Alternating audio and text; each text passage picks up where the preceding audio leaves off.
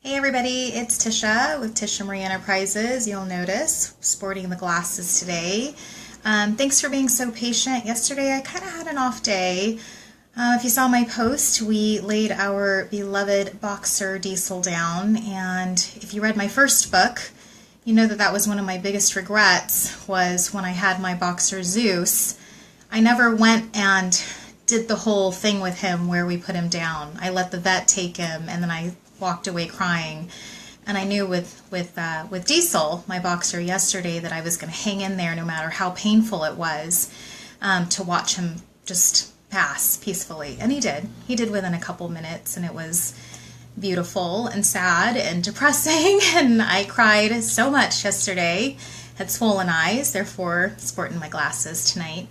And it got me thinking of something. We just had this big celebration for Caleb's birthday. He just turned 9, my son, on Saturday, and we had this kind of a farewell party for our dog Diesel as well, our boxer, because we had a lot of family and friends. This whole year has been about family and friends coming in town, and we knew that this day was coming. We knew this day was coming, that we were going to have to make that hard decision. And so on Sunday night, we were telling everybody that came through that you have to say goodbye to Diesel. Diesel's getting ready to leave us. We're putting him down on Monday night. Some of you guys have seen my pictures from yesterday. Quite a few likes and comments and posts and sad faces and such, and it is just his life.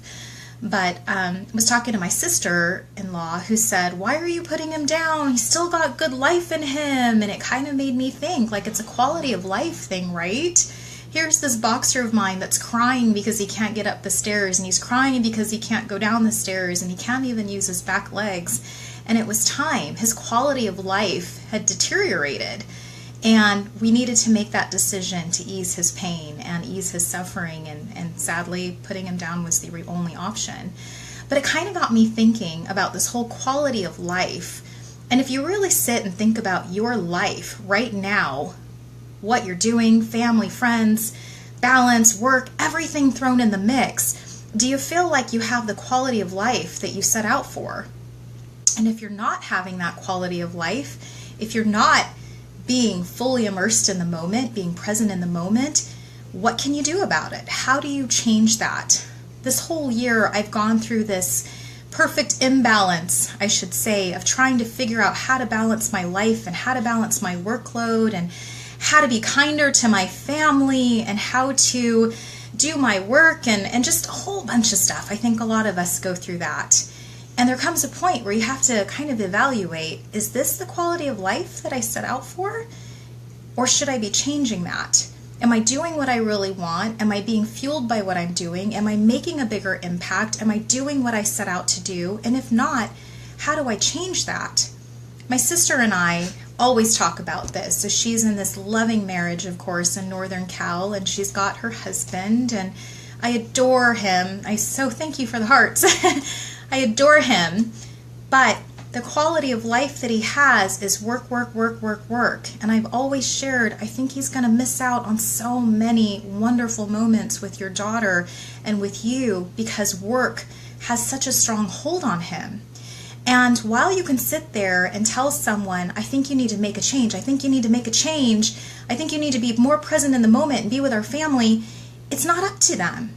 It's up to this person. It's up to this person to look at their quality of life and decide if they need to change it and take action. Not just say it, but start taking action on how they should change their life. I'm in a state of pivot right now. I love that word, pivot. It's in figuring out, how do you want to change your life for the best? How do you want to be that better person? How do you want to go about your day and live the quality life and live the life that you want to lead? So, quality of life, think about it for a minute. Are you living the life that you want? And if you're not, how can you go about changing that for the best? You know, quality of life. I mean, like I said, it's a theme that's echoed all throughout this past week with me, not just with Diesel, not just with putting him down, not with any of that, but just in terms of, am I living the quality life that I set out to? So a girlfriend of mine and I were just talking on the phone, and I love what she said. She's like, Tisha, I just had a come to Jesus moment. And it made me smile. It made me laugh because I'm like, girlfriend, I've had plenty of come to Jesus moments in the last week. And that is when you know that life is probably not going as you thought. And that sometimes you got to make those changes. You've got to make those shifts. You've got to change something to get back on track and have that quality of life that you were looking for, that you're destined for. We are all destined for this great quality of life, but it's, do we take those actions and do we go in that direction that we're being called to?